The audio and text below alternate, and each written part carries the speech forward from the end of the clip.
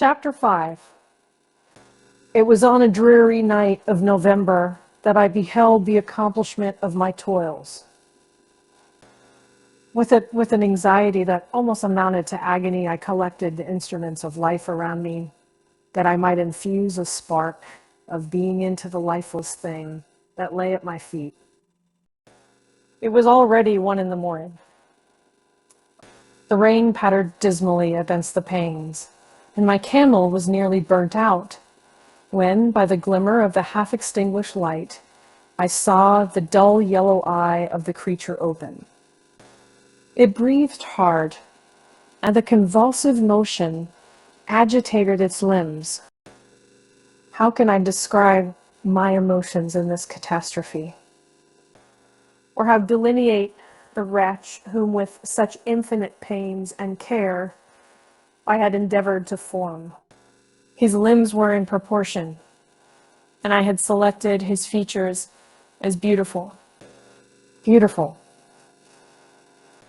Great God! His yellow skin scarcely covered the work of muscles and arteries beneath. His hair was of a lustrous black and flowing.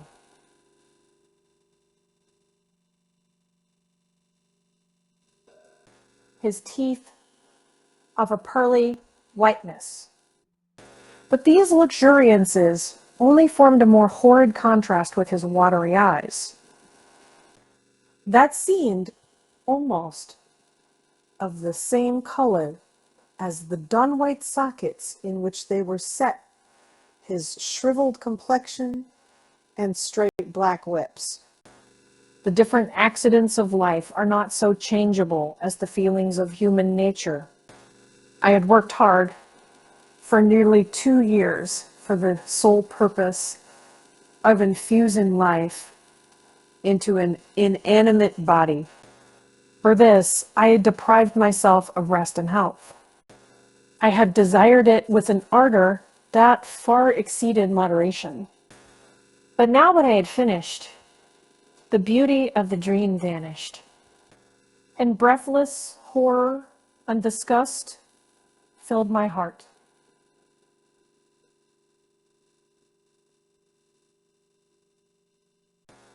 Unable to endure the aspect of the being I had created, I rushed out of the room and continued a long time traversing my bedchamber, unable to compose my mind to sleep.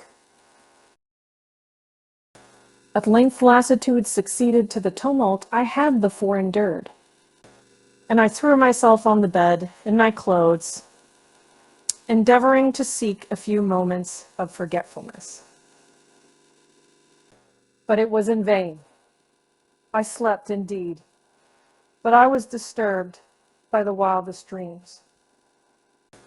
I thought I saw Elizabeth in the bloom of health, walking in the streets of Ingolstadt. Delighted and surprised, I embraced her. But as I imprinted the first kiss on her lips, they became livid with the hue of death. Her features appeared to change, and I thought that I held the corpse of my dead mother in my arms. A shroud enveloped her form, and I saw the grave worms crawling in the folds of the flannel. I started from my sleep with horror. A cold dew covered my forehead, my teeth chattered, and every limb became convulsed. When, by the dim and yellow light of the moon, as it forced its way through the window shutters, I beheld the wretch, the miserable monster whom I had created. He held up the curtain of the bed, and his eyes, if eyes they may be called, were fixed on me.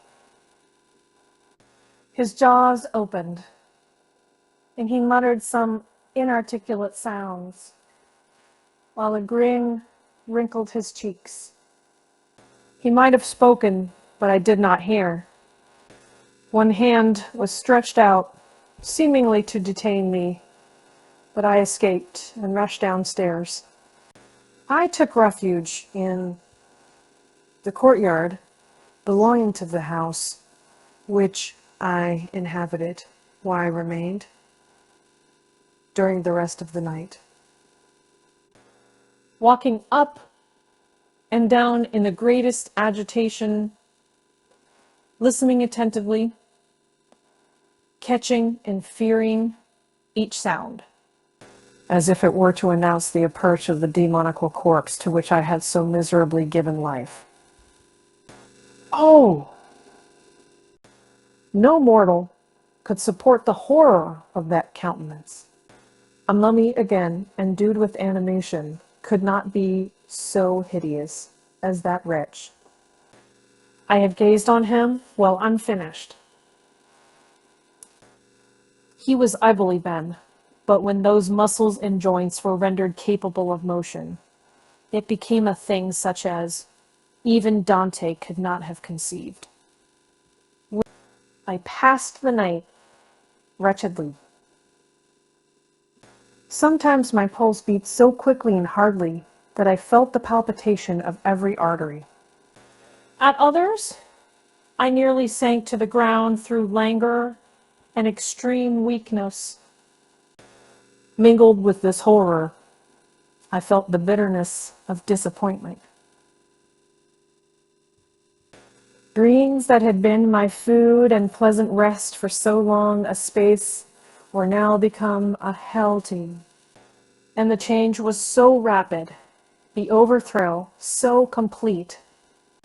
Morning, dismal and wet, at length dawned and discovered to my sleepless and aching eyes the church of Ingolstadt, its white steeple and clock, which indicated the 6th hour. The porter opened the gates of the court, which had that night been my asylum, and I issued into the streets, pacing them with quick steps, as if I sought to avoid the wretch, whom I feared every turning of the street would present to my view. I did not dare return to the apartment which I inhabited, but felt impelled to hurry on, although drenched by the rain which poured from a black and comfortless sky. I continued walking in this manner for some time, endeavoring by bodily exercise to ease the load that weighed upon my mind. I traversed the streets without any clear conception of where I was or what I was doing. My heart palpitated in the sickness of fear, and I hurried on with irregular steps, not daring to look about me. Like one who, on a lonely road, doth walk in fear and dread, and having once turned round, walks on, and turns no more his head, because he knows a frightful fiend doth close behind him tread. Continuing thus, I came at length opposite to the inn, at which the various diligences and carriages usually stopped. Here I paused, I knew not why, but I remained some minutes, with my eyes fixed on a coach that was coming towards me from the other end of the street. As it drew nearer, I observed that it was the Swiss diligence. It stopped just where I was standing, and on the door being opened, I perceived Henry Clerval, who, on seeing me, instantly sprung out. "My dear Frankenstein," exclaimed he, "how glad I am to see you! How fortunate that you should be here at the very moment of my alighting."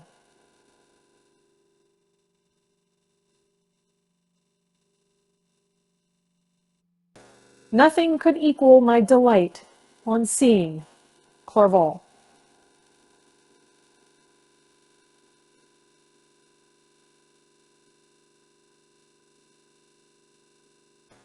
His presence brought back to my thoughts my father, Elizabeth, in all those scenes of home so dear to my recollection. I grasped his hand and in a moment forgot my horror and misfortune. I felt suddenly, and for the first time during many months, calm and serene joy.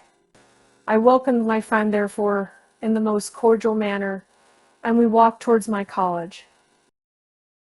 Clerval continued talking for some time about our mutual friends and his own good fortune in being permitted to come to Ingolstadt. You may easily believe, said he, how great was the difficulty to persuade my father that all necessary knowledge was not comprised in the noble art of bookkeeping. And indeed, I believe I left him incredulous to the last. For his constant answer to my unwearied entreaties was the same as that of the Dutch schoolmaster in the Vicar of Wakefield. I have 10,000 florins a year without Greek. I eat heartily without Greek. But his affection for me at length overcame his dislike of learning. And he has permitted me to undertake a voyage of discovery to the land of knowledge. It gives me the greatest delight to see you.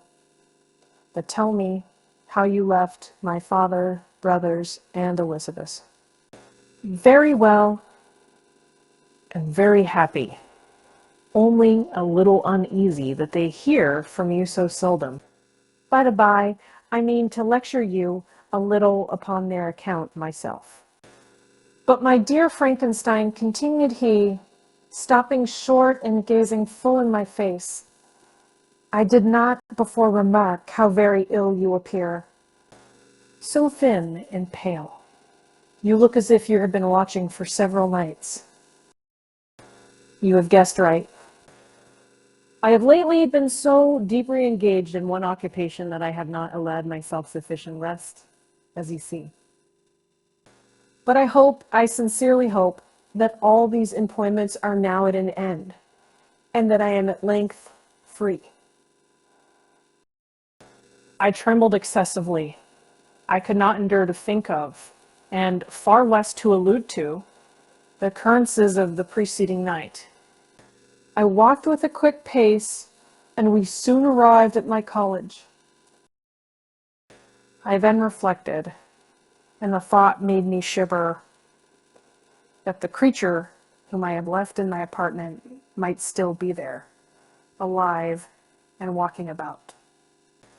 I dreaded to behold this monster, but I feared still more that Henry should see him. Entreating him, therefore, to remain a few minutes at the bottom of the stairs, I darted up towards my own room.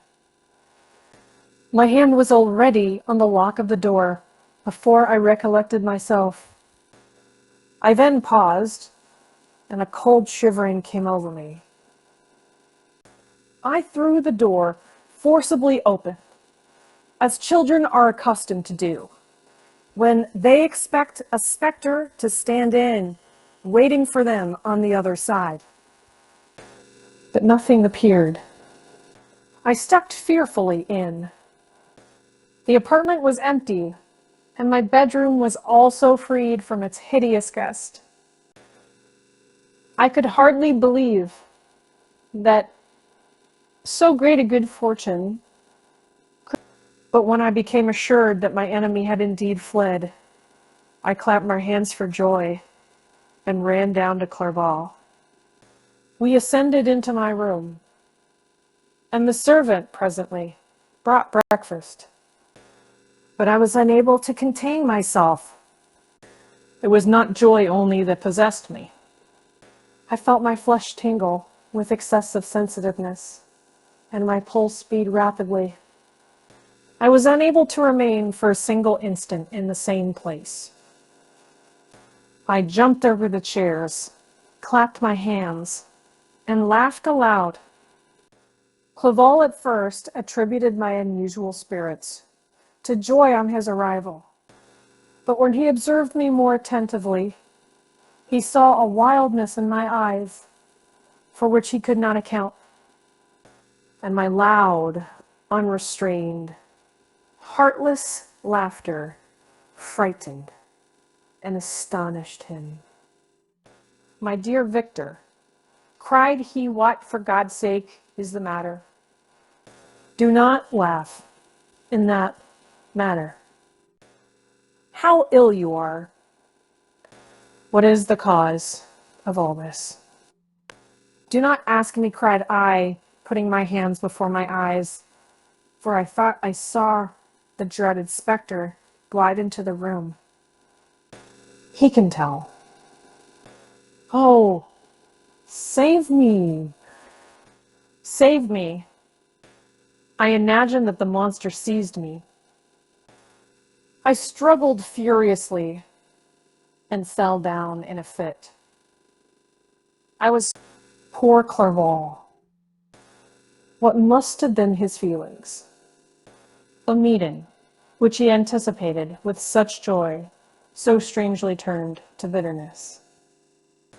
But I was not the witness of his grief, for I was lifeless, and did not recover my senses for a long, long time. This was the commencement of a nervous fever which confined me for several months. During all that time, Henry was my only nurse. I afterwards learned that, knowing my father's advanced age and unfitness for so long a journey, and how wretched my sickness would make Elizabeth, he spared them this grief by concealing the extent of my disorder. He knew that I could not have a more kind and attentive nurse than himself. And, firm in the hope he felt of my recovery, he did not doubt that.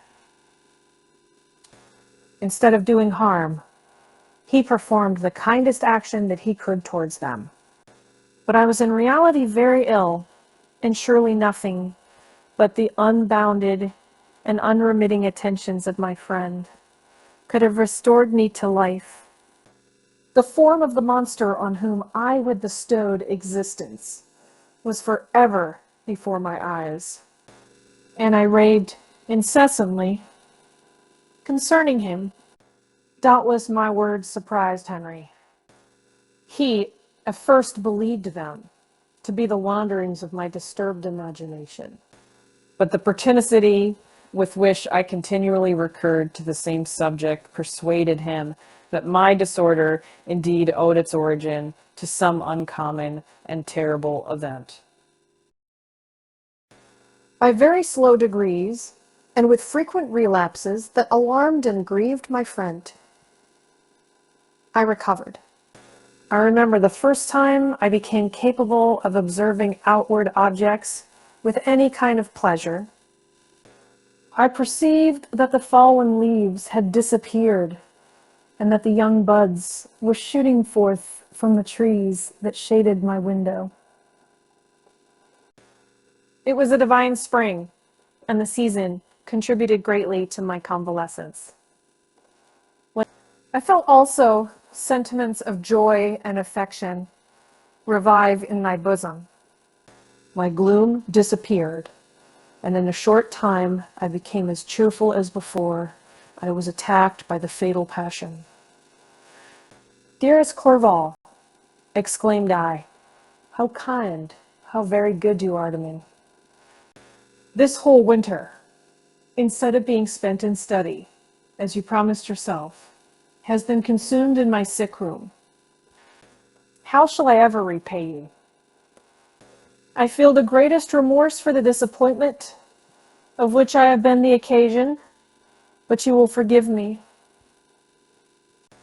You will repay me entirely if you do not discompose yourself, but get well as fast as you can. And, since you appear in such good spirits, I may speak to you on one subject, may I not?" I trembled. "One subject. What could it be?" Could he allude to an object on whom I dared not even think? Compose yourself, said Clerval, who observed my change of color. I will not mention it, if it agitates you.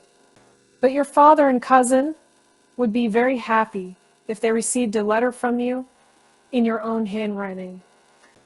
They hardly know how ill you have been, and are uneasy at your long silence. Is that all, my dear Helen? How could you suppose that my first thought would not fly towards those dear, dear friends whom I love and who are so deserving of my love? If this is your present temper, my friend, you will perhaps be glad to see a letter that has been lying here some days for you. It's from your cousin, I believe. Chapter 6. Clerval then put the following letter into my hands. It was from my own Elizabeth. My dearest cousin, you have been ill, very ill, and even the constant letters of dear kind Henry are not sufficient to reassure me on your account. You are forbidden to write, to hold a pen. Yet one word from you, dear Victor, is necessary to calm our apprehensions. For a long time I have thought that each post would bring this line, and my persuasions have restrained my uncle from undertaking a journey to Ingolstadt. I have prevented his encountering the inconveniences and perhaps dangers of so long the journey. Yet how often have I regretted not being able to perform it myself. I figured to myself that the task of attending on your sickbed has devolved on some mercenary old nurse, who could never guess your wishes nor minister to them with the care and affection of your poor cousin. That's over now. Clerval writes that indeed you are getting better. I eagerly hope that you will confirm this intelligence soon in your own handwriting. Get well and return to us. You will find a happy, cheerful home and friends who love you dearly. Your father's health is vigorous, and he asks but to see you, but to be assured that you are well. And not a care will ever cloud his benevolent countenance. How pleased you would be to remark the improvement of our Ernest. He is now 16 and full of activity and spirit. He is desirous to be a true Swiss and to enter into foreign service, but we cannot part with him, at least until his elder brother returns to us. My uncle is not pleased with the idea of a military career in a distant country, but Ernest never had your powers of application. He looks upon study as an odious fetter. His time is spent in the open air, climbing the hills, or rowing on the lake. I fear that he will become an idler unless we yield the point and permit him to enter on the profession which he has selected. Little alteration, except the growth of our dear children, has taken place since you left us. The blue lake and snow-clad mountains, they never change. And I think our placid home and our contented hearts are regulated by the same immutable laws. My trifling occupations take up my time and amuse me, and I am rewarded for any exertions by seeing none but happy, kind faces around me. Since you left us, but one change has taken place in our little household. Do you remember on what occasion Justine Moritz entered our family Chosen, how do you swipe sad? When you join this video, probably you do not. I will relate her history. Therefore, in a few words, Madame Moritz, her mother, was a widow with 4 children, of whom Justine was the third. This girl had always been the favorite of her father, but through a strange perversity, her mother could not endure her, and after the death of Mr. Moritz, treated her very ill. My aunt observed this, and when Justine was 12 years of age, prevailed on her mother to allow her to live at our house. The Republican institutions of our country have produced simpler and happier manners than those which prevail in the great monarchies that surround it. Hence, there is less distinction between the several classes of its inhabitants. And the lower orders, being neither so poor nor so despised, their manners are more refined and moral. A servant in Geneva does not mean the same thing as a servant in France and England. Justine thus received in our family learned the duties of a servant, a condition which in our fortunate country does not include the idea of ignorance and a sacrifice of the dignity of a human being. Justine, you may remember, was a great favorite of yours.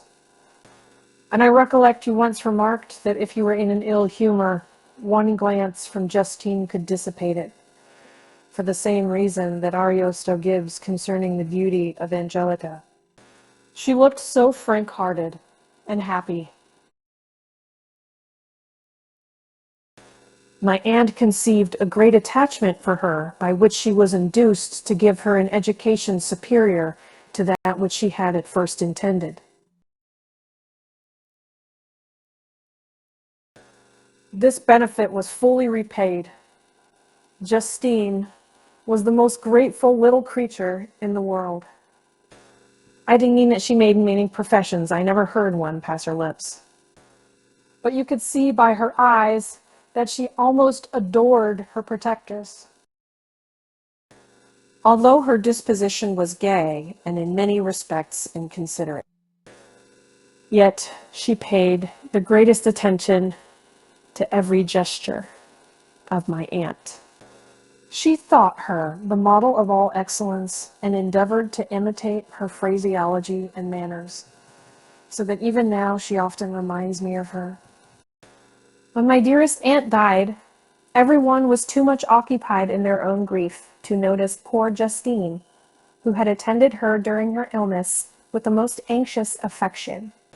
Poor Justine was very ill, but other trials were reserved for her. One by one, her brothers and sister died, and her mother, with the exception of her neglected daughter, was left childless. The conscience of the woman was troubled. She began to think that the deaths of her favorites was a judgment from heaven to chastise her partiality. She was a Roman Catholic, and I believe her confessor confirmed the idea which she had conceived. Accordingly, a few months after your departure for Ingolstadt, Justine was called home by her repentant mother. Poor girl, she wept when she quitted our house. She was much altered since the death of my aunt. Grief had given softness and a winning mildness to her manners, which had before been remarkable for vivacity. Nor was her residence at her mother's house of a nature to restore her gaiety. The poor woman was very vacillating in her repentance. She sometimes begged Justine to forgive her unkindness, but much oftener accused her of having caused the deaths of her brothers and sister. Perpetual fretting at length threw Madame Moritz into a decline, which at first increased her irritability, but she is now at peace for ever. She died on the first approach of cold weather, at the beginning of this last winter. Justine has just returned to us, and I assure you I love her tenderly. She is very clever and gentle and extremely pretty. As I mentioned before, her mien and her expression continually remind me of my dear aunt. I must say also a few words to you, my dear cousin, of little darling William. I wish you could see him. He is very tall of his age, with sweet, laughing blue eyes, dark eyelashes, and curling hair. When he smiles, 2 little dimples appear on each cheek, which are rosy with health. He's already had 1 or 2 little wives, but Louisa Byron is his favorite, a pretty little girl of 5 years of age. Now, dear Victor, I dare say you wish to be indulged in a little gossip concerning the good people of Geneva. The pretty Miss Mansfield has already received the congratulatory visits. On her approaching marriage with a young Englishman, John Melbourne. Her ugly sister, Manon, married Mr. Duvillard, the rich banker, last autumn. Your favorite schoolfellow, Willie Manoir, has suffered several misfortunes since the departure of Clerval from Geneva. But he has already recovered his spirits and is reported to be on the point of marrying a lively, pretty Frenchwoman, Madame Tavernier. She is a widow and much older than Manoir. But she is very much admired and a favorite with everybody. I have written myself into better spirits, dear cousin. But my anxiety returns upon me as I conclude. Write, dearest Victor, 1 line, 1 word, will be a blessing to us. 10,000, thanks to Henry for his kindness, his affection, and his many letters. We are sincerely grateful. Adieu. My cousin, take care of yourself. And I entreat you, write. Elizabeth Lavenza, Geneva, March 18th, 17. Dear Elizabeth, I exclaimed when I had read her letter. I will write instantly and relieve them from the anxiety they must feel. I wrote, and this exertion greatly fatigued me, but my convalescence had commenced and proceeded regularly.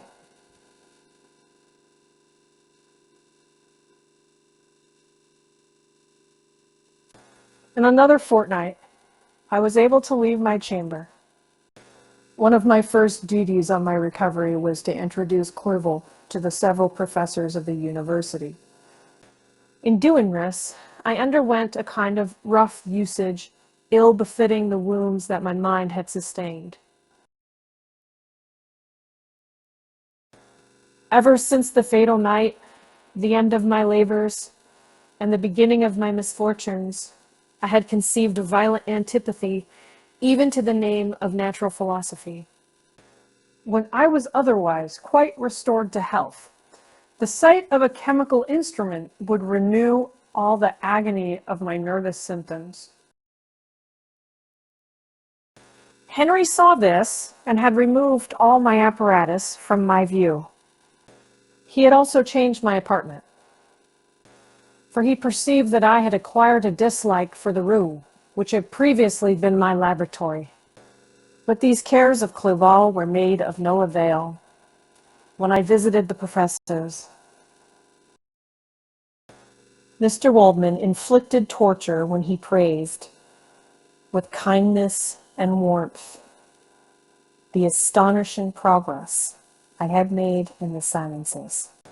He soon perceived that I disliked the subject, and not guessing the real cause, he attributed my feelings to modesty and changed the subject from my improvement to the science itself.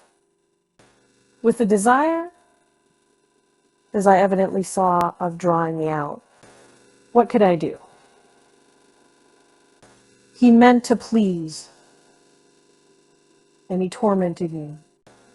I felt as if he had placed carefully, one by one, in my view, those instruments which were to be afterwards used in putting me to a slow and cruel death.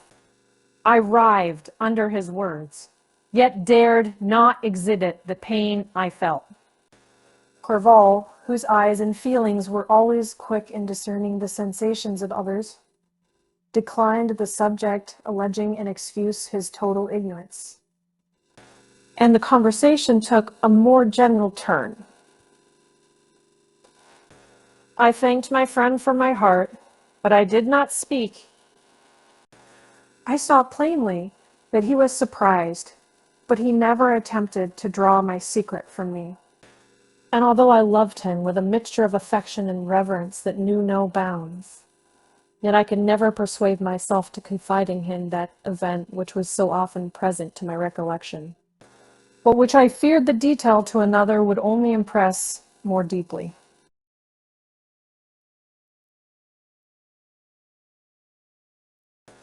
Mr. Prempe was not equally docile, and in my condition at that time of almost insupportable sensitiveness, his harsh, blunt encomiums gave me even more pain than the benevolent approbation of Mr. Waldman. "The fellow," cried he, "why, Mr. Clerval, I assure you he has outstripped us all." "Aye, stare, if you please. Sound, but it is nevertheless true. A youngster who, but a few years ago, believed in Cornelius Agrippa as firmly as in the gospel, has now set himself at the head of the university. And if he is not soon pulled down, we shall all be out of countenance." "Aye, aye," continued he, observing my face, expressive of suffering. "Mr. Frankenstein is modest, an excellent quality in a young man. Young men should be diffident of themselves. You know, Mr. Clerval, I was myself when young, but that wears out in a very short time." Mr. Prempe had now commenced an eulogy on himself, which happily turned the conversation from a subject that was so annoying to me. Duval had never sympathized in my taste for natural science, and his literary pursuits differed wholly from those which had occupied me.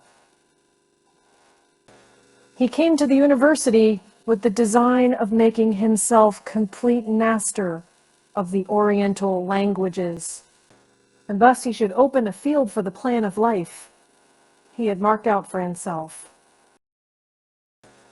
Resolved to pursue no inglorious career, he turned his eyes toward the east, as affording scope for his spirit of enterprise. The Persian, Arabic, and Sanskrit languages engaged his attention, and I was easily induced to enter on the same studies. Idleness had ever been irksome to me, and now that I wished to fly from reflection and hated my former studies, I felt great relief in being the fellow pupil with my friend, and found not only instruction, but consolation in the works of the Orientalists. I did not, like him, attempt a critical knowledge of their dialects, for I did not contemplate making any other use of them than temporary amusement. I read merely to understand their meaning, and they well repaid my labors. Their melancholy is soothing, and their joy elevating to a degree I never experienced in studying the authors of any other country. When you read their writings, life appears to consist in a warm sun and a garden of roses, in the smiles and frowns of a fair enemy, and the fire that consumes your own heart. How different from the manly and heroical poetry of Greece and Rome. Summer passed away in these occupations, and my return to Geneva was fixed for the latter end of autumn. But being delayed by several accidents, winter and snow arrived. The roads were deemed impassable, and my journey was retarded until the ensuing spring. I felt this delay very bitterly, for I longed to see my native town and my beloved friends. My return had only been delayed so long, from an unwillingness to leave Clairville in a strange place before he had become acquainted with any of its inhabitants. The winter, however, was spent cheerfully, and although the spring was uncommonly late, when it came its beauty compensated for its dilatoriness. The month of May had already commenced, and I expected the letter daily which was to fix the date of my departure, when Henry proposed a pedestrian tour in the environs of Ingolstadt, that I might bid a personal farewell to the country I had so long inhabited. I acceded with pleasure to this proposition. I was fond of exercise, and Clerval had always been my favorite companion in the ramble of this nature that I had taken among the scenes of my native country. We passed a fortnight in these perambulations. My health and spirits had long been restored, and they gained additional strength from the salubrious air I breathed, the natural incidents of our progress, and the conversation of my friend. Study had before secluded me from the intercourse of my fellow creatures and rendered me unsocial. But Clerval called forth the better feelings of my heart. He again taught me to love the aspect of nature and the cheerful faces of children. Excellent friend,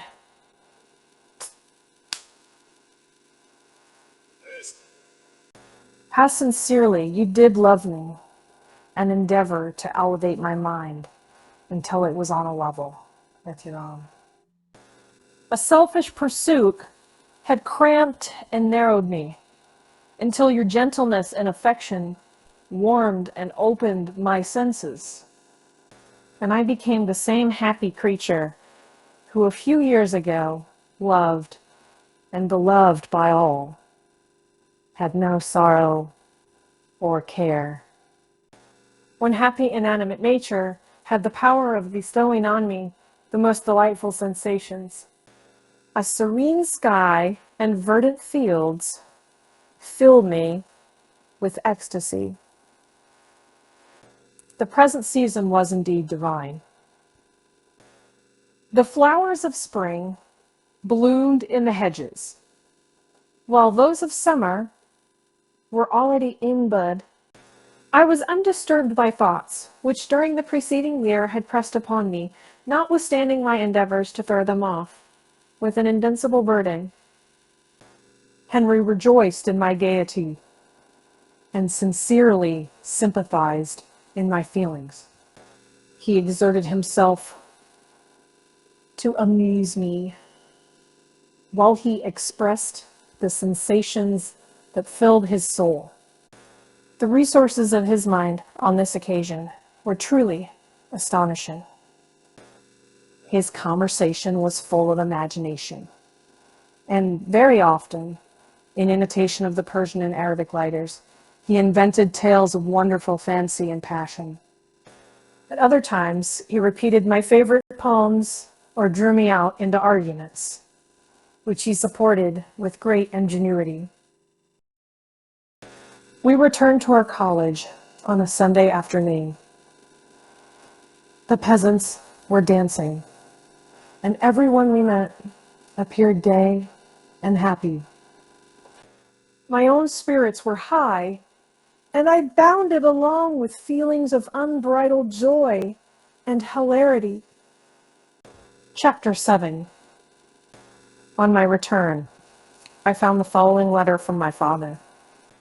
My dear Victor, you have probably waited impatiently for a letter to fix the date of your return to us. And I was at first tempted to write only a few lines, merely mentioning the day on which I should expect you. But that would be a cruel kindness, and I dare not do it. What would be your surprise, my son, when you expected a happy and glad welcome? To behold, on the contrary, tears and wretchedness? And how, Victor, can I relate our misfortune?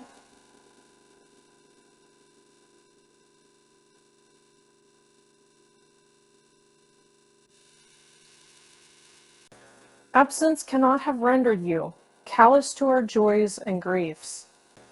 And how shall I inflict pain on my long absent son? I wish to prepare you for the woeful news, but I know it is impossible.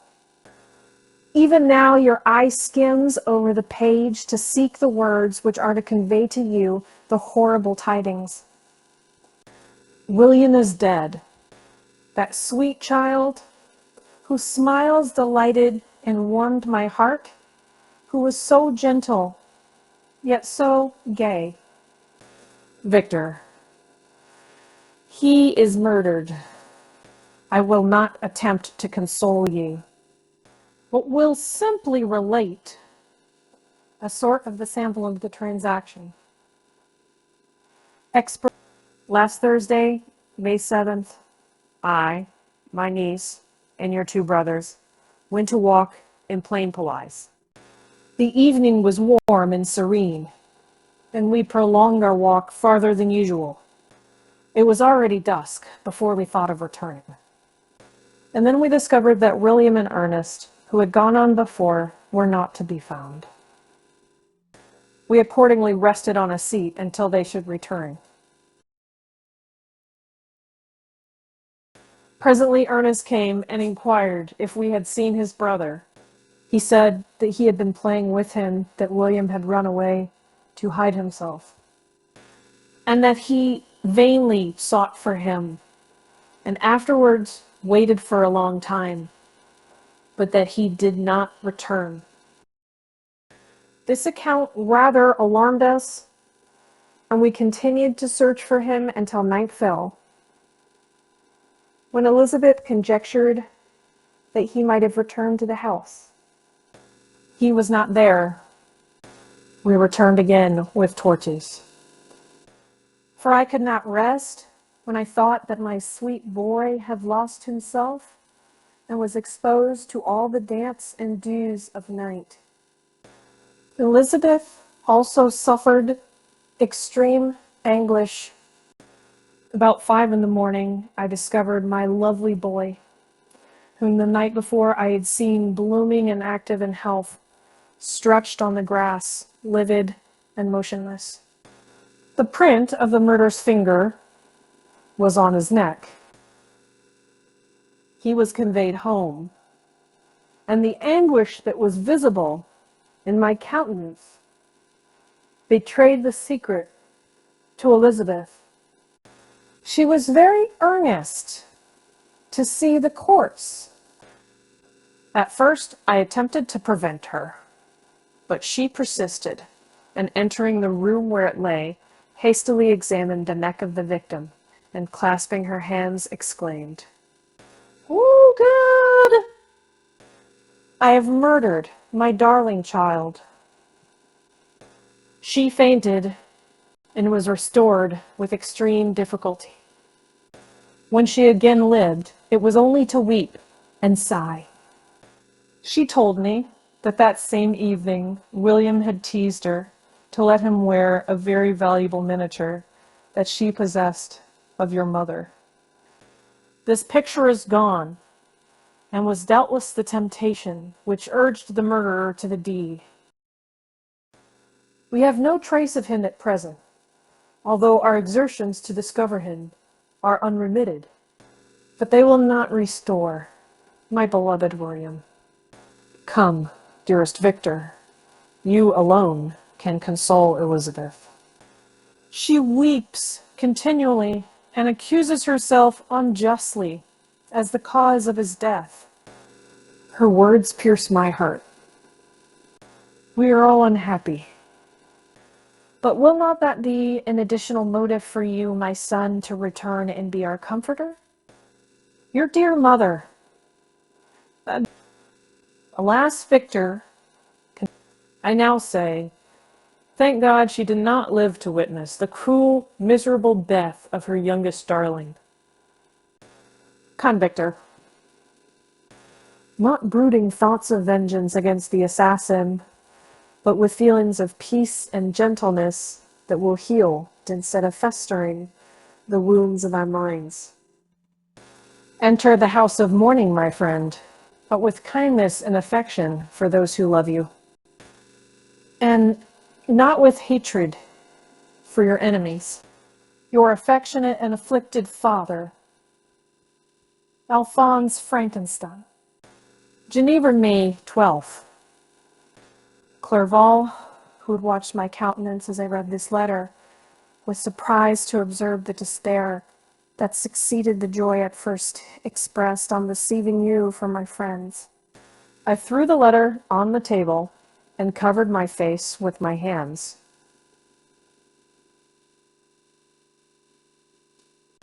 My dear Frankenstein, exclaimed Henry, when he perceived me weep with bitterness, are you always to be unhappy?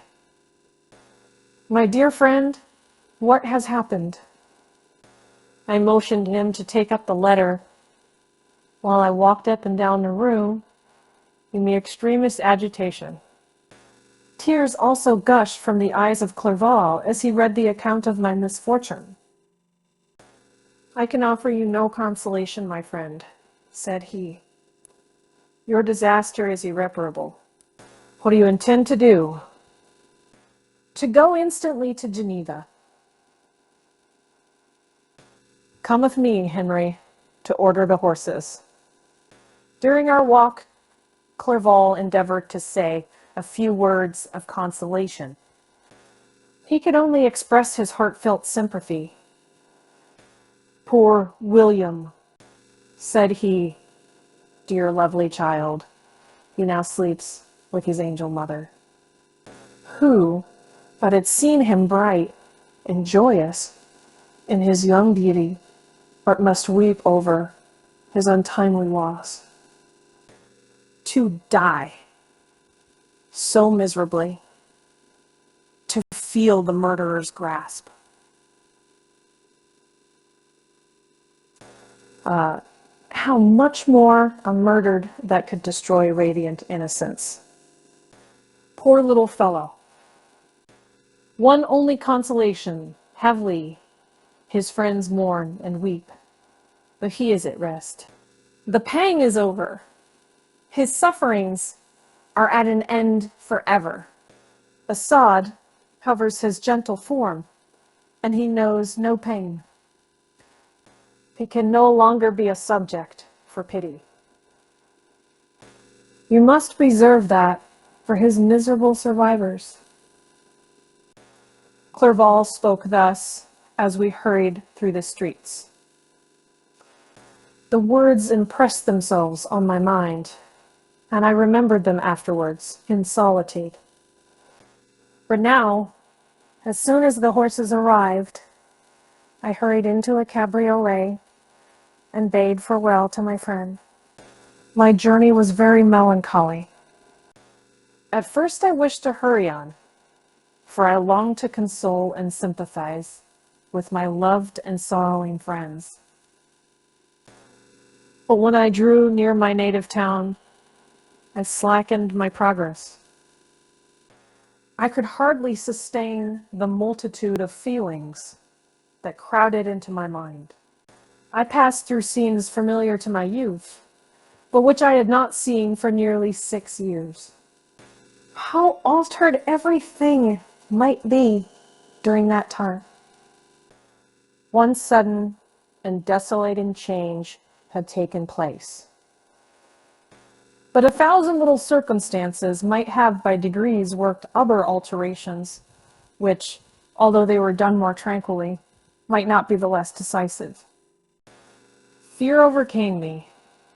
I dared no advance, dreading 1,000 nameless evils that made me tremble, although I was unable to define them. I remained 2 days at Lausanne, in this painful state of mind. I contemplated the lake. The waters were placid. All around was calm. And the snowy mountains, the palaces of nature, were not changed. By degrees, the calm and heavenly scene restored me, and I continued my journey towards Geneva. The road ran by the side of the lake, which became narrower as I approached my native town. I discovered more distinctly the black sides of Jura and the bright summit of Mont Blanc. I wept like a child. Dear mountains, Bayonne, beautiful lake, how do you welcome your wanderer? Your summits are clear. The sky and lake are blue and placid. Is this to prognosticate peace or to mock at my unhappiness? I fear, my friend, that I shall render myself tedious by dwelling on these preliminary circumstances. But they were days of comparative happiness, and I think of them with pleasure. My country, my beloved country, who but a native can tell the delight I took in, again beholding thy streams, thy mountains, and more than all, thy lovely lake. Yet, as I drew near home, grief and fear again overcame me. Night also closed around. And when I could hardly see the dark mountains, I felt still more gloomily.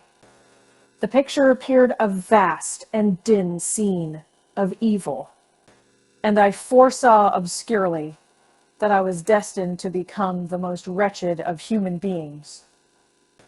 Alas, Juses, I prophesied truly, and failed only in one single circumstance, that in all the misery I imagined and dreaded, I did not conceive the 100th part of the anguish I was destined to endure. It was completely dark when I arrived in the environs of Geneva. The gates of the town were already shut, and I was obliged to pass the night at Secaron, a village at the distance of half a league from the city. The sky was serene, and as I was unable to rest, I resolved to visit the spot where my poor William had been murdered. As I could not pass through the town, I was obliged to cross the lake in a boat to arrive at Plainpolais.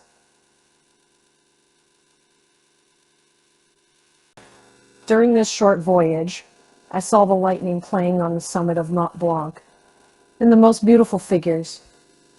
The storm appeared to approach rapidly, and on landing, I ascended a low hill that I might observe its progress. It advanced, the heavens were clouded, and I soon felt the rain coming slowly in large drops, but its violence quickly increased. I quitted my seat and walked on, although the darkness and storm increased every minute. and the thunder burst with a terrific crash over my head. It was echoed from Salevi, the Giras, and the Alps of Savoy. Vivid flashes of lightning dazzled my eyes, illuminating the lake, making it appear like a vast sheet of fire. Then for an instant, everything seemed of a pitchy darkness, until the eye recovered itself from the preceding flash.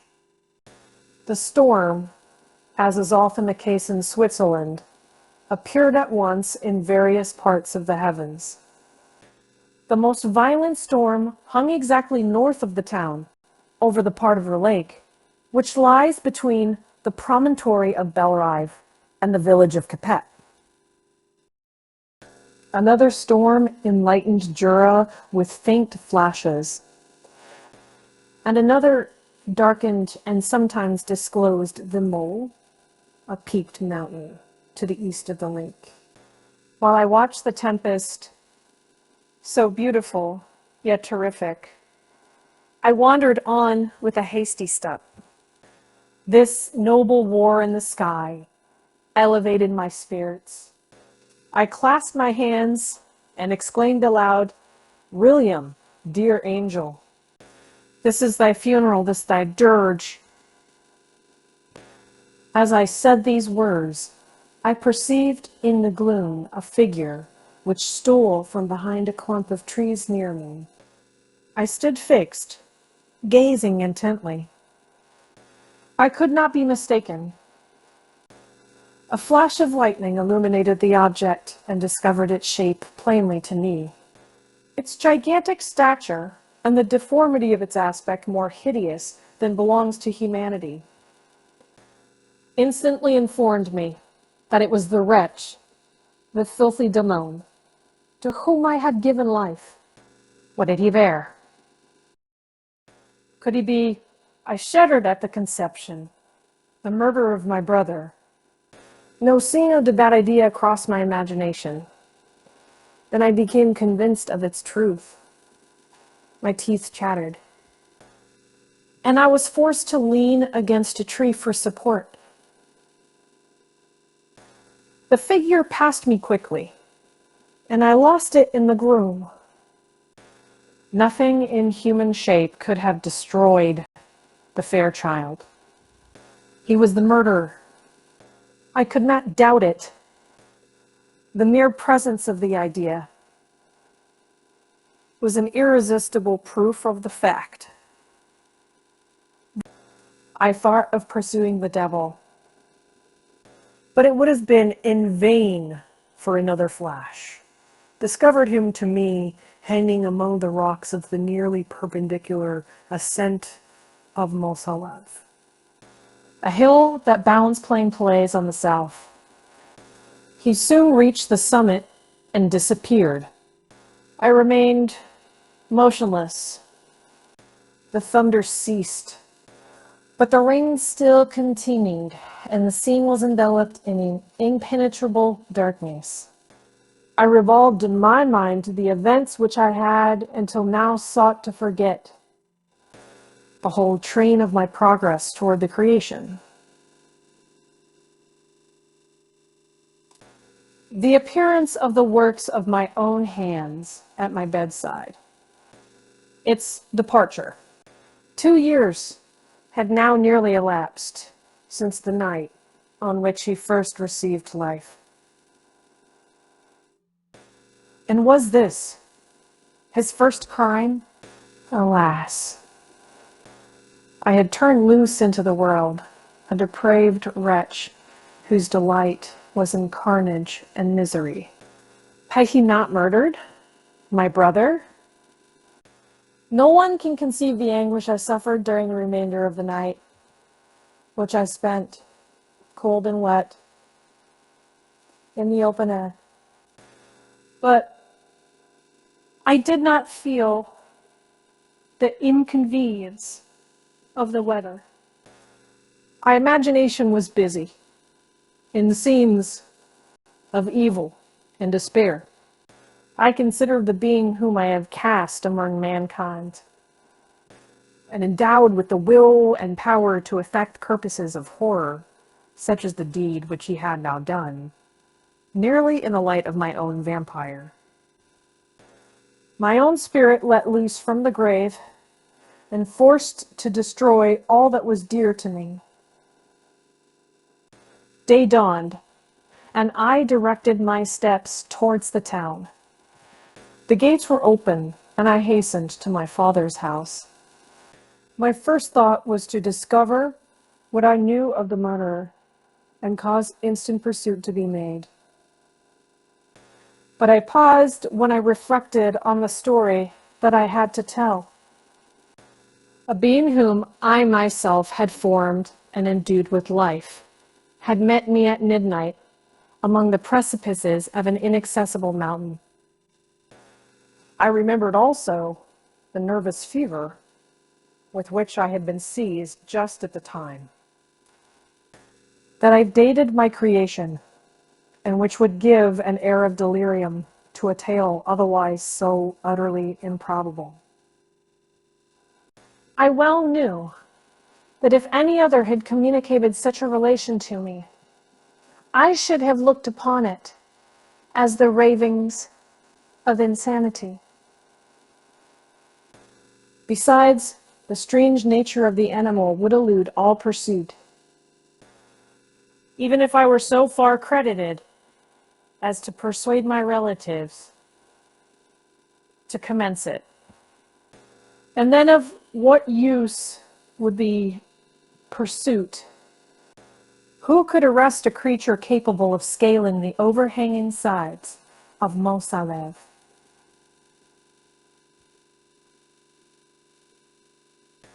These reflections determined me, and I resolved to remain silent. It was about 5 a.m. when I entered my father's house. I told the servants not to disturb the family, and went into the library to attend their usual hour of rising. 6 years had elapsed, passed in a dream, but for one indelible trace.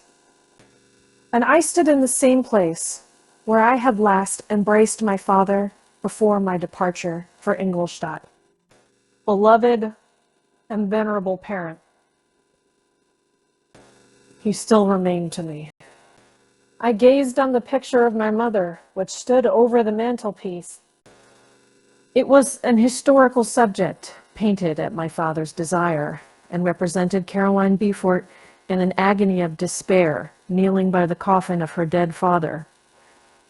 Her garb was rustic, and her cheek pale, but there was an air of dignity and beauty that hardly permitted the sentiment of pity. Below this picture was a miniature of William, and my tears flowed when I looked upon it. While I was thus engaged, Ernest entered. He had heard me arrive, and hastened to welcome me. "Welcome, my dearest Victor," said he. "Ah, I wish you had come 3 months ago, and then you would have found us all joyous and delighted. You come to us now to share a misery which nothing can alleviate. Yet your presence will, I hope, revive our father, who seems sinking under his misfortune. And your persuasions will induce poor Elizabeth to cease her vain and tormenting self-accusations. Poor William, he was our darling and our pride." Tears unrestrained fell from my brother's eyes. A sense of mortal agony crept over my frame. Before, I had only imagined the wretchedness of my desolated home. The reality came on me as a new and a not less terrible disaster. I tried to calm Ernest. I inquired more minutely concerning my father, and here I named my cousin. "She most of all," said Ernest, "requires consolation. She accused herself of having caused the death of my brother, and that made her very wretched. But since the murderer has been discovered, good God, how can that be? Who could attempt to pursue him? It is impossible. We might as well try to overtake the winds, or confine a mountain stream with a straw. I saw him too. He was free last night.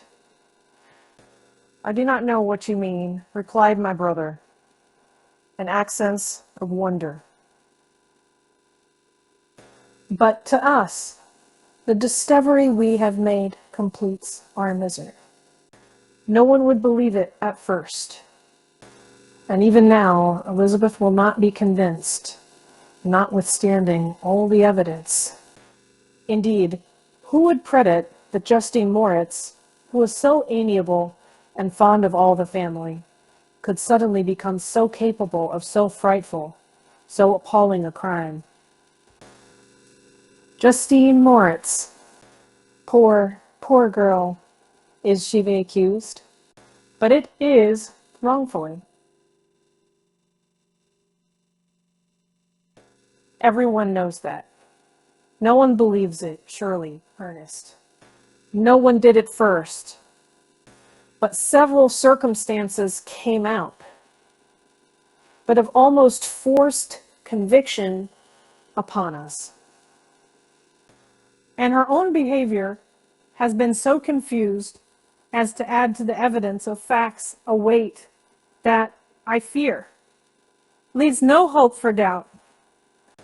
But she will be tried today, and you will then hear all.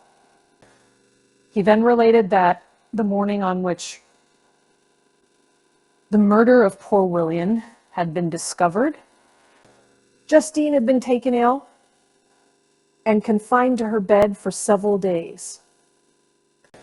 During this interval, one of the servants, happening to examine the apparel she had worn on the night of the murder, had discovered in her pocket the picture of my mother, which had been judged to be the temptation of the murderer.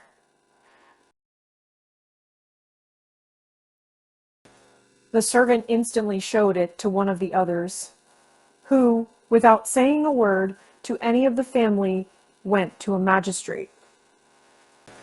And upon their deposition, Justine was apprehended.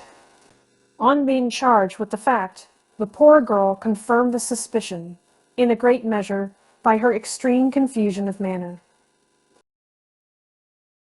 This was a strange tale, but it did not shake my faith. And I replied earnestly, "You are all mistaken. I know the murderer. Justine, poor, good Justine, is innocent." At that instant, my father entered. I saw unhappiness deeply impressed on his countenance, but he endeavored to welcome me cheerfully. And, after we had exchanged our mournful greeting, would have introduced some other topic than that of our disaster, had not Ernest exclaimed, "Good God, Papa. Victor says that he knows who was the murderer of poor William." "We do also, unfortunately," replied my father. For indeed, I had rather have been forever ignorant than have discovered so much depravity and ingratitude in one I valued so highly. My dear father, you are mistaken. Justine is innocent. If she is, God forbid that she should suffer as guilty. She is to be tried today. And I sincerely hope, that she will be acquitted.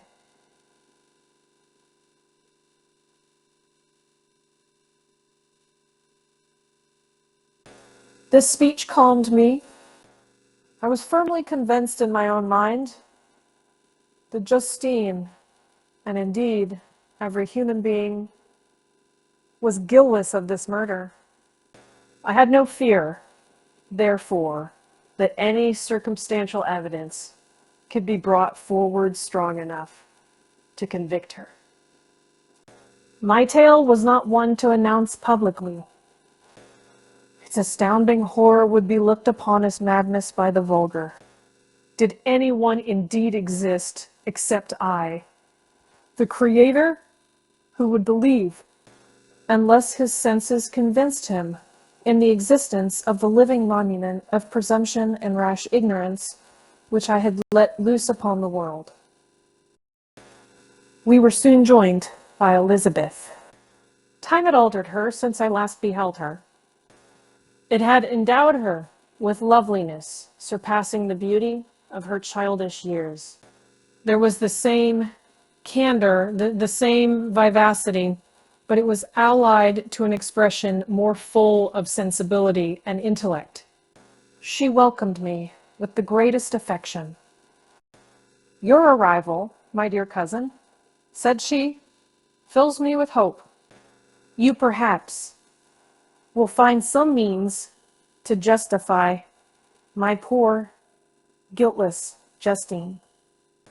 Alas, father, who is safe if she be convicted of crime? I rely on her innocence as certainly as I do upon my own. Our misfortune is doubly hard to us. We have not only lost that lovely darling boy, but this poor girl, whom I sincerely love, is to be torn away by even a worse fate. If she is condemned, I never shall know joy more. But she will not.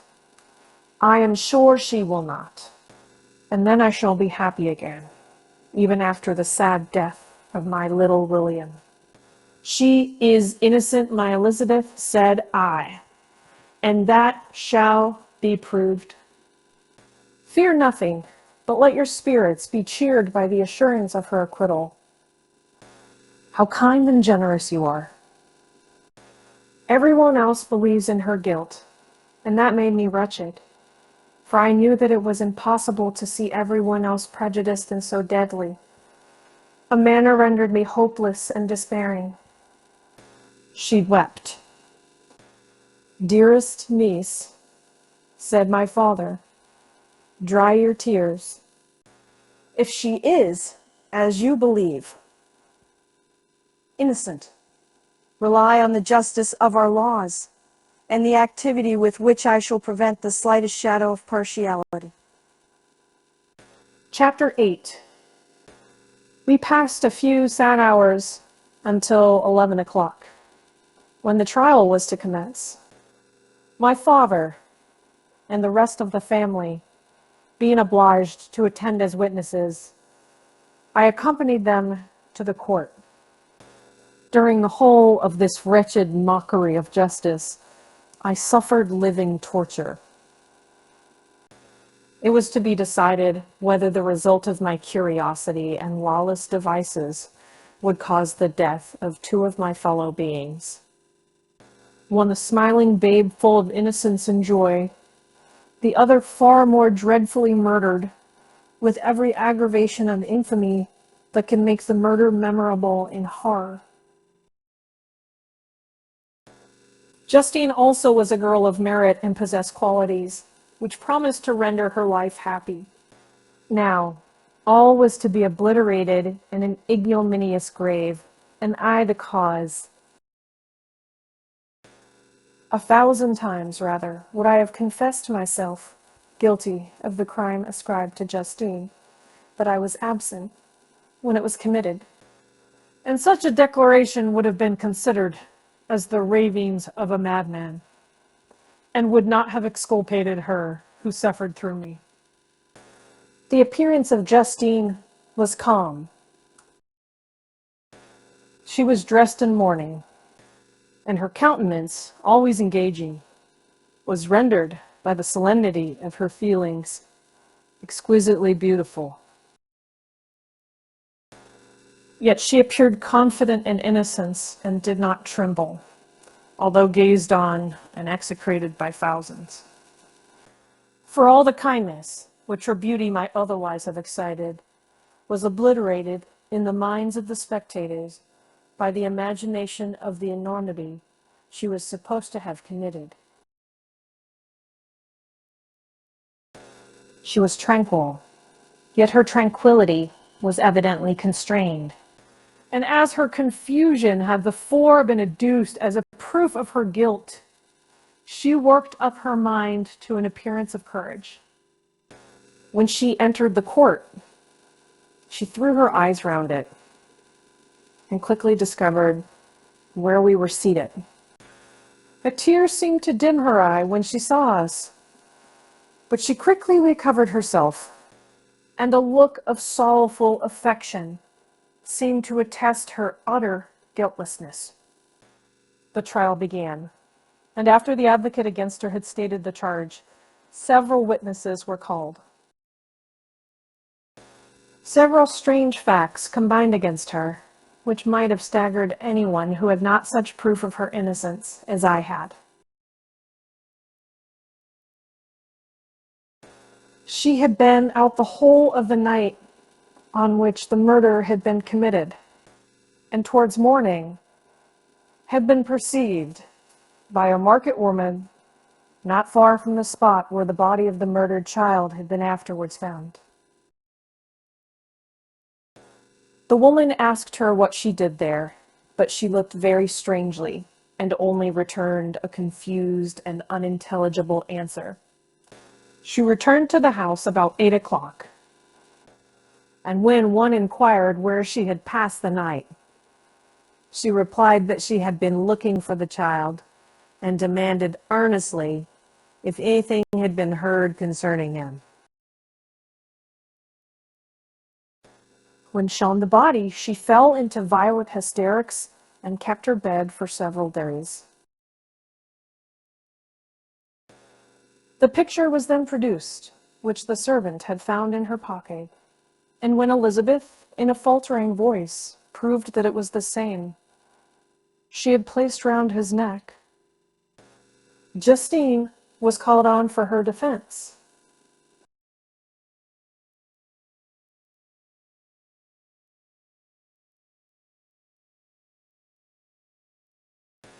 As the trial had proceeded, her countenance had altered. Surprise, horror, and misery were strongly expressed.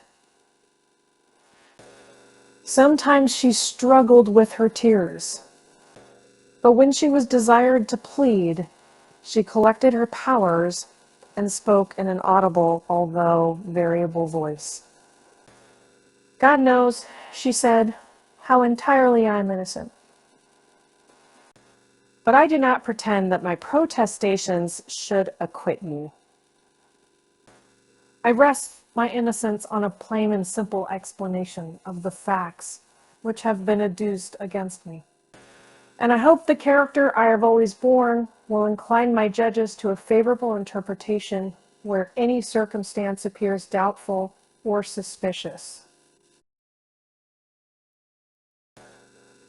She then related that by the permission of Elizabeth, she had passed the evening of the night on which the murder had been committed at the house of an aunt at Chen, a village situated at about a league from Geneva.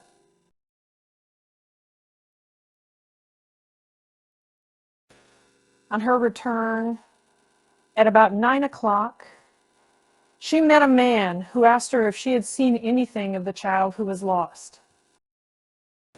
She was alarmed by this account and passed several hours in looking for him, when the gates of Geneva were shut, and she was forced to remain several hours of the night in a barn belonging to a cottage, being unwilling to call up the inhabitants, to whom she was well known. Most of the night she spent here watching. Towards morning she believed that she slept for a few minutes. Some steps disturbed her, and she awoke. It was dawn, and she quitted her asylum, that she might again endeavor to find my brother. If she had gone near the spot where his body lay, it was without her knowledge.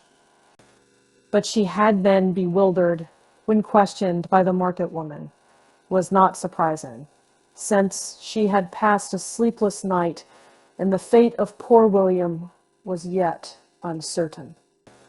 Concerning the picture, she could give no account. I know, continued the unhappy victim, how heavily and fatally this one circumstance weighs against me, but I have no power of explaining it. And when I have expressed my utter ignorance, I am only left to conjecture concerning the probabilities by which it might have been placed in my pocket. But here also, unchecked. I believe that I have no enemy on earth, and none surely would have been so wicked as to destroy me wantonly. Did the murderer place it there?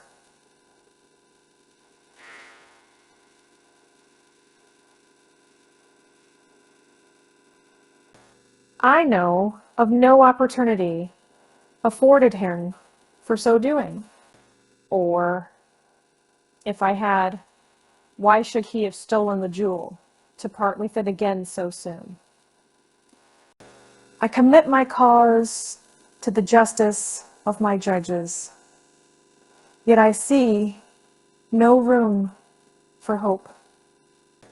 I beg permission to have a few witnesses examined concerning my character, and if their testimony shall not overweigh my supposed guilt, I must be condemned, although I would pledge my salvation on my innocence.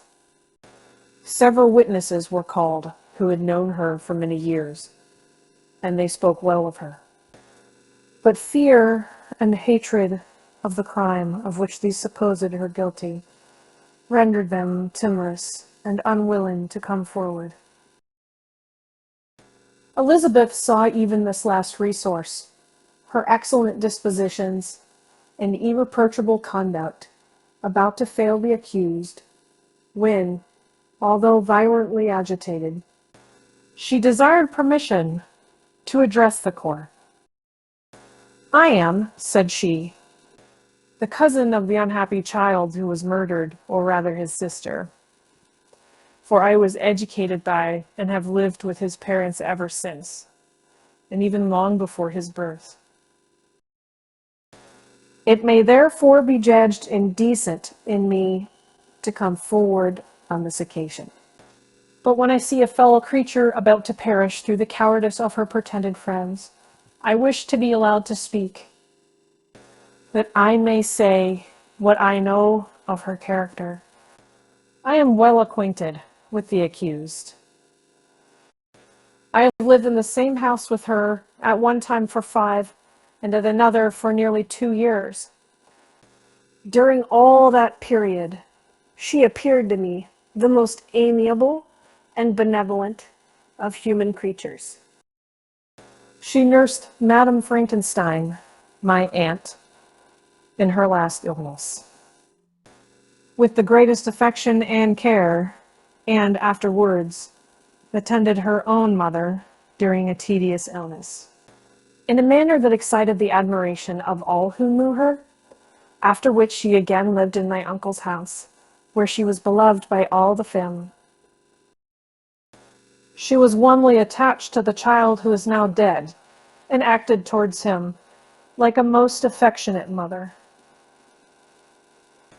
For my own part, I do not hesitate to say that, notwithstanding all the evidence produced against her, I believe, and rely on her perfect innocence, she had no temptation for such an action. As to the bauble on which the chief proof rests, if she had earnestly desired it, I should have willingly given it to her. So much do I esteem and value her.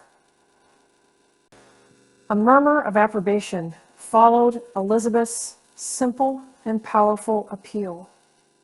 That it was excited by her generous interference, and not in favor of poor Justine, on whom the public indignation was turned with renewed violence, charging her with the blackest ingratitude. She herself wept as Elizabeth spoke, but she did not answer. My own agitation and anguish was extreme during the whole trial. I believed in her innocence. I knew it.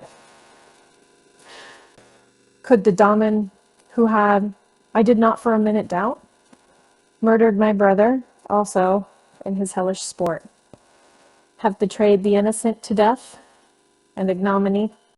I could not sustain the horror of my situation. And when I perceived that the popular voice and the countenances of the judges had already condemned my unhappy victim, I rushed out of the court in agony. The tortures of the accused did not equal mine. She was sustained by innocence, but the fangs of remorse tore my bosom and would not forego their hold. I passed a night of unmingled wretchedness. In the morning I went to the court. My lips and throat were parched. I dared not ask the fatal question, but I was known, and the officer guessed the cause of my visit. The ballots had been thrown. They were all black, and Justine was condemned.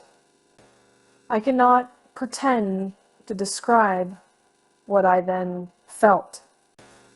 I had before experienced sensations of horror, and I have endeavored to bestow upon them adequate expressions, but words cannot convey an idea of the heart-sickening despair that I then endured. The person to whom I addressed myself added that Justine had already confessed her guilt. That evidence, he observed, was hardly required in so glaring a case. But I am glad of it. And indeed, none of our judges like to condemn a criminal upon circumstantial evidence, be it ever so decisive. This was strange and unexpected intelligence. What could it mean? Had my eyes deceived me? And was I really as mad as the whole world would believe me to be if I disclosed the object of my suspicions? I hastened to return home, and Elizabeth eagerly demanded the result. My cousin replied, "It is decided, as you may have expected. All judges had rather that innocent should suffer than that one guilty should escape. But she has confessed." This was a dire blow to poor Elizabeth, who had relied with firmness upon Justine's innocence. "Alas," said she, "how shall I ever again believe in human goodness?"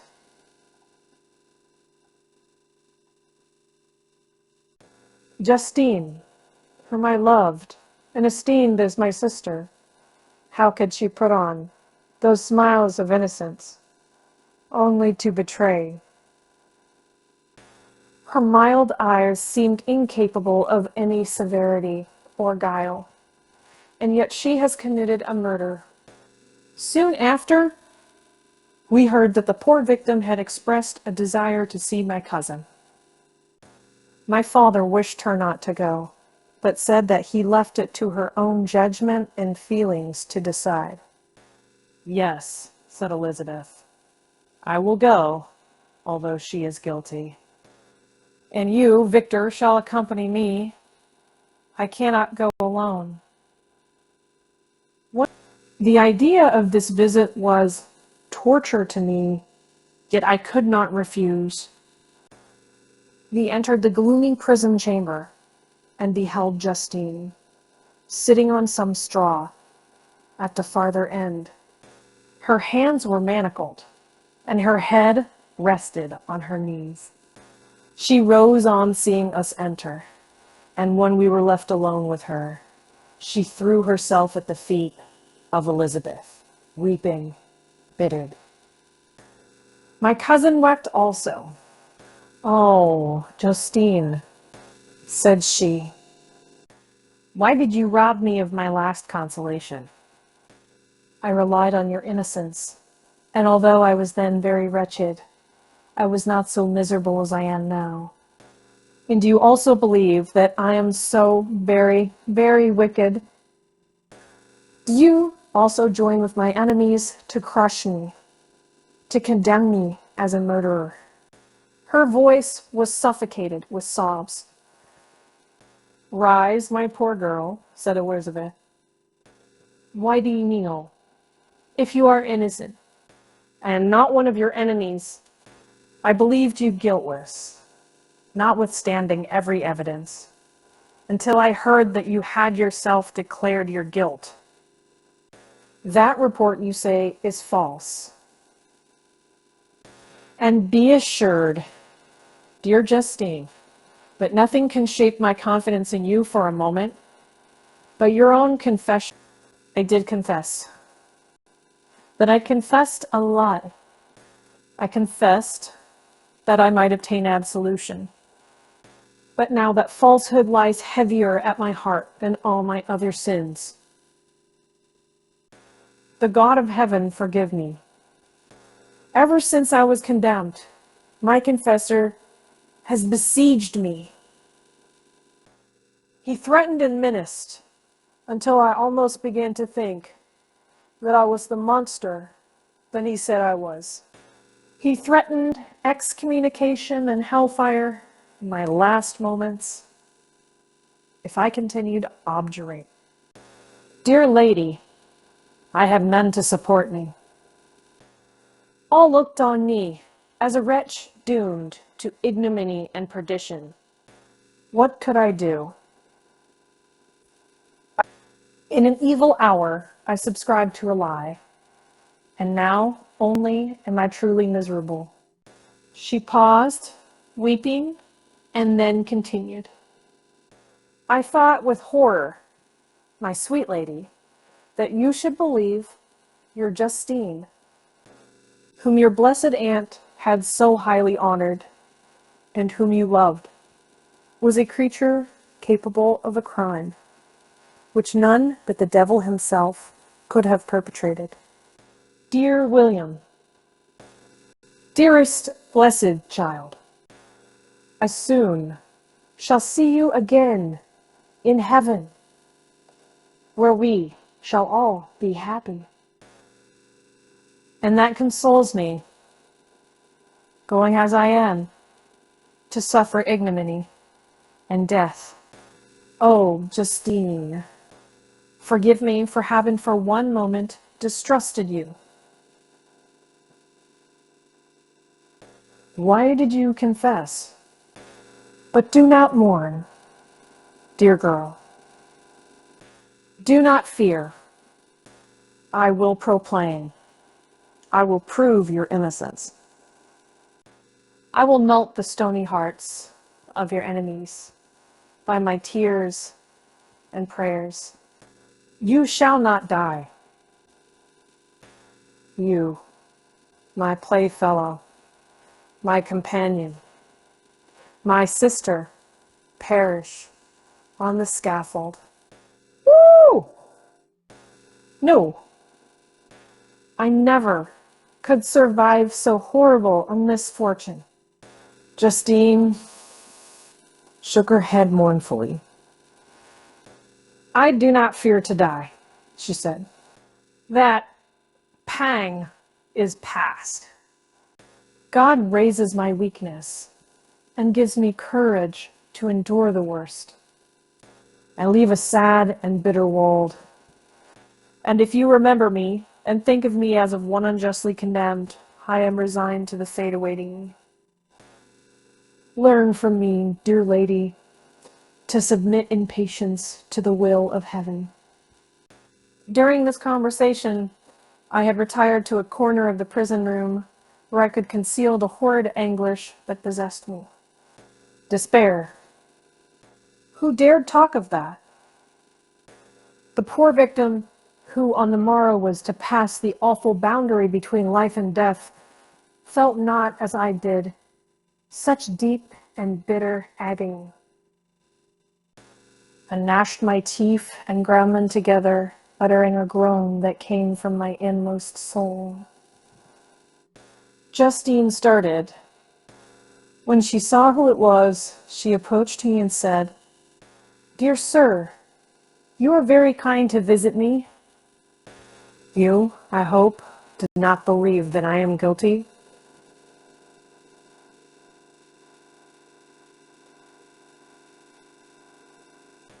I could not answer. "No, Justine," said Elizabeth. "He is more convinced of your innocence than I was.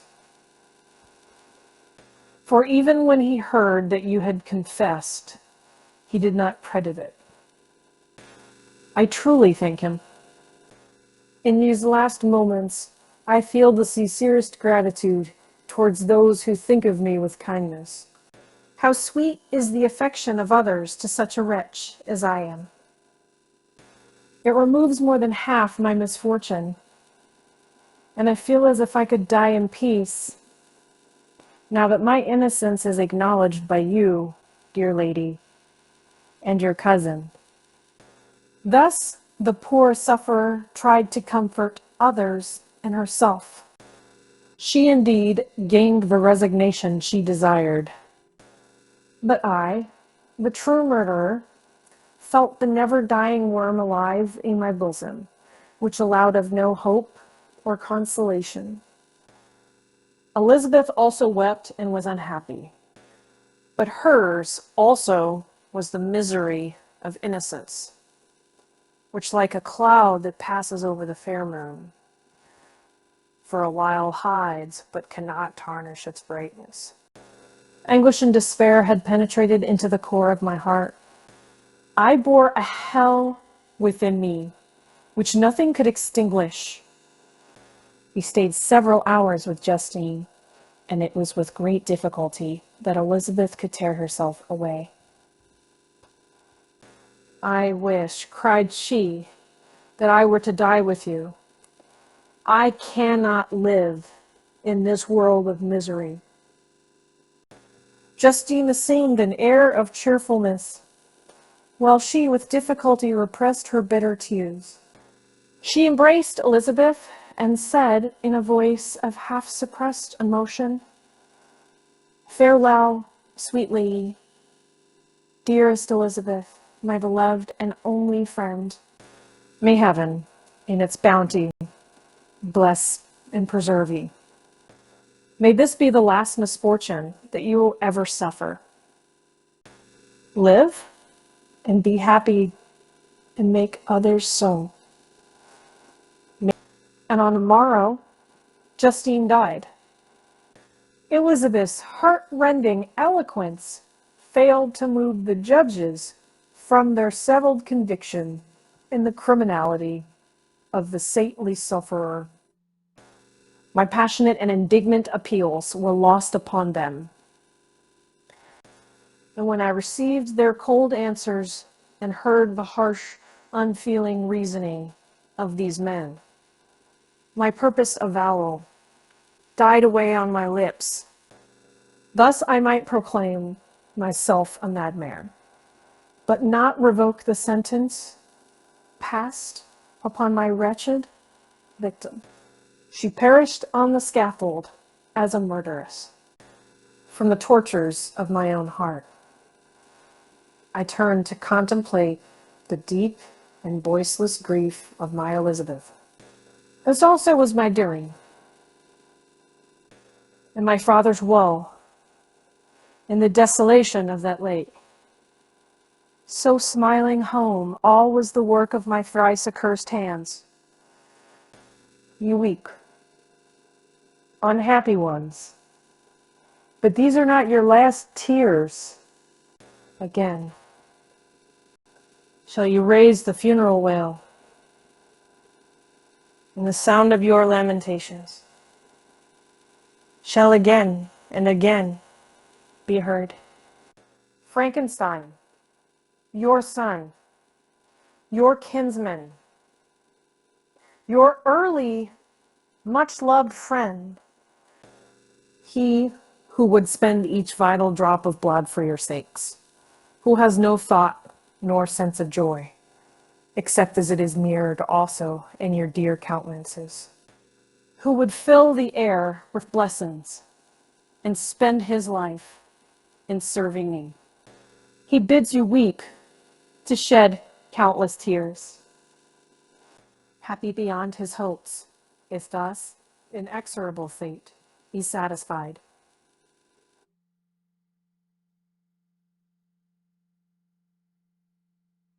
With And if the destruction pause before the peace of the grave have succeeded to your sad torments, thus spoke my prophetic soul, as torn by remorse, horror, and despair, I beheld those I loved spend vain sorrow upon the graves of William and Justine, the first hapless victims to my unhallowed arts.